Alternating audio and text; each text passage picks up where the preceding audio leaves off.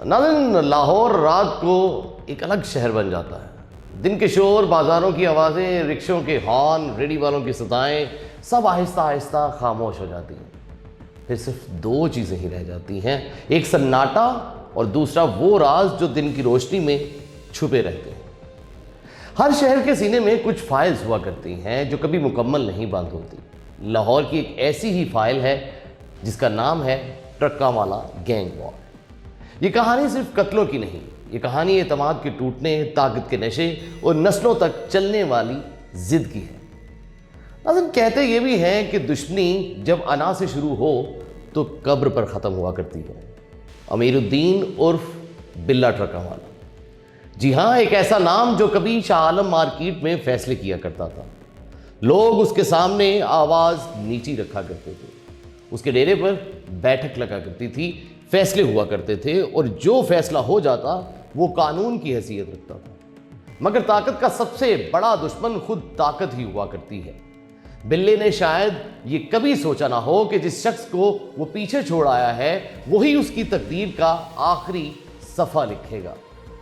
7 साल, जी हाँ 7 साल जेल की दीवारों के अंदर इंसान अच्छा खासा बदल जाता है। जब हनीफ बाहर निकला तो उसकी आंखों में सिर्फ एक ही तस्वीर थी और वो तस्वीर थी बिल्ले की।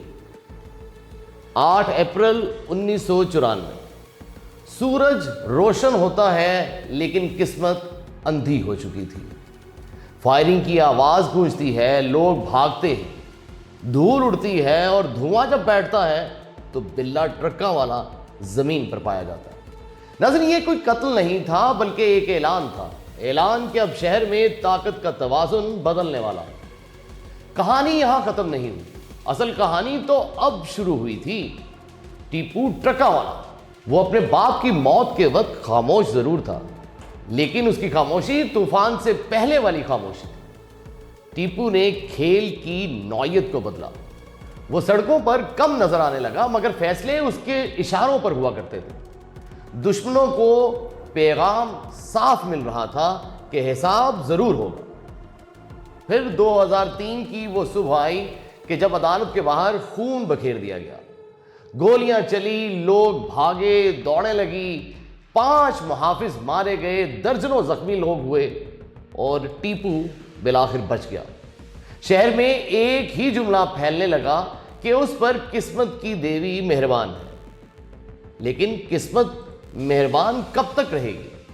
साल 2010, लाहौर एयरपोर्ट की पार्किंग, कैमरे, मुसाफिर, गाड़ियां, लोगों की भगदड़ और उसी भगदड़ में एक आदमी जो खामोशी से इंतजार कर रहा था टीपू का।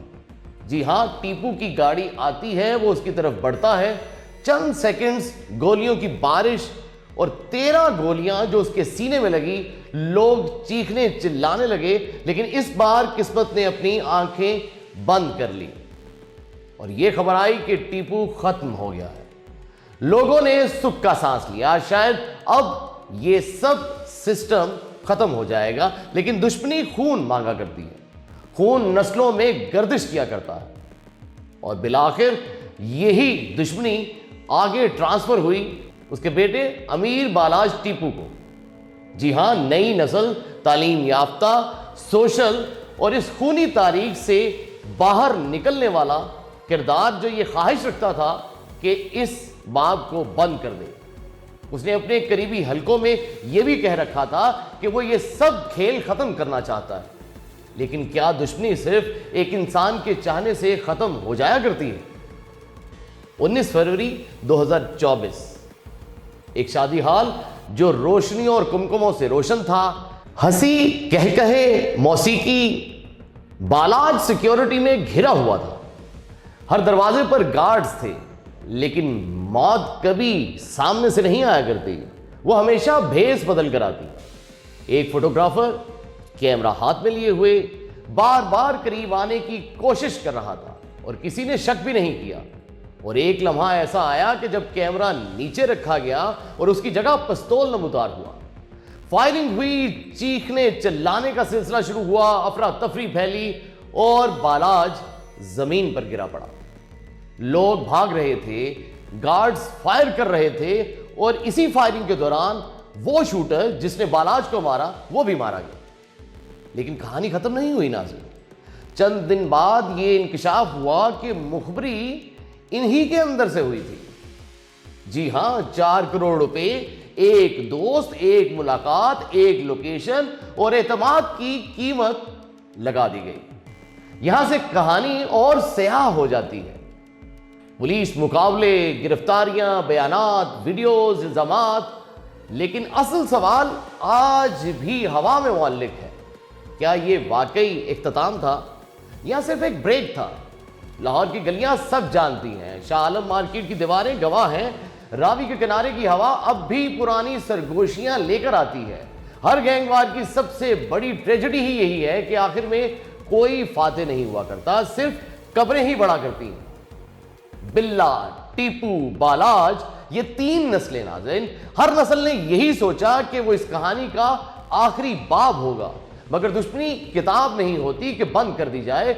वो ऐसा जहर है जो अगर एक नस्ल ना पिए तो अगली नस्ल के खून में उतर जाया करता है। और अब अंजाम की तरफ बढ़ते हैं तो आज भी लाहौर रोशन है, नए कारोबार, नई इमारतें, नई नस्ल, लेकिन कहीं ना कहीं कोई नौजवान बैठा अपने बाप या अपने भाई की तस्वीर देख रहा होगा और उसके दिल में शायद आज भी यही सवाल होगा कि हिसाब बाकी है।